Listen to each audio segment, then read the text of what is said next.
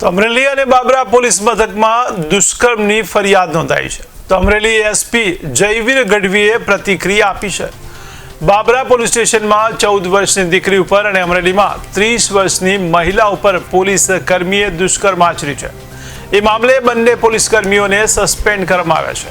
ત્યારે અમરેલી અને બાબરા પંથકમાં બંને આરોપીઓ હાલ ફરાર થતા તેમને ઝડપી લેવા ચક્રો ગતિમાન કરવામાં આવ્યા છે. તો પોલીસ ફરિયાદને આધારે અમરેલી પોલીસે આરોપીઓને પકડવા ચક્રો ગતિમાન કર્યા. ત્યારે બંને પોલીસ કર્મીઓ સામે દુષ્કર્મની ફરિયાદ નોંધાતા ચકચાર મચી ગઈ છે. બાબરા પોલીસ સ્ટેશનમાં FIR નંબર 308/2025 અંડર BNS અને પોક્સો હેઠળ રજીસ્ટર કરવામાં આવેલી છે.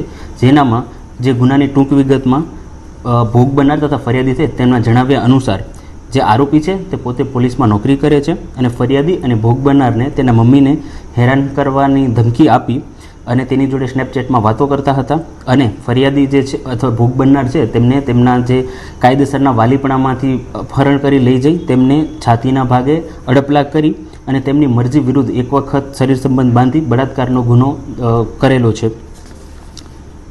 એની સિવાય જે બીજો કેસ છે એનામાં અમરેલી સિટીમાં FIR નંબર 513/2025 જે BNS અંડર રજીસ્ટર કરવામાં આવેલી છે અને તેનામાં જે ગુનાની ટૂંક વિગત એવી રીતના છે કે જે ફરિયાદીના જણાવ્યા અનુસાર જે આરોપી છે એ પોલીસમાં હોય છે અને જે ફરિયાદી છે એની જોડે 1 વર્ષથી ઇન્સ્ટાગ્રામમાં વાતચીત કરતા હતા અને એને લગ્ન કરવાની પ્રોમિસ આપેલી હતી, પરંતુ એ લગ્ન કરવાની લાલચ આપી એની જોડે અવારનવાર શરીર સંબંધ બાંધેલું હતું અને એક વખત એને લાફો મારી અને જે ગુનો કર્યો છે એ ગુનો રજીસ્ટર કરવામાં આવેલું છે.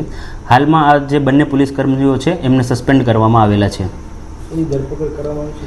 બંને આરોપીઓ છે એ હાલમાં અત્યારના ફરાર છે. એમની પકડ કરવા માટે 3 અલગ અલગ ટીમોની રચના કરવામાં આવેલી છે. હ્યુમન અને ટેકનિકલ દરેક ફ્રન્ટ ઉપર કામગીરી ચાલુ છે અને જલ્દીથી એમની ધરપકડ કરવામાં આવશે.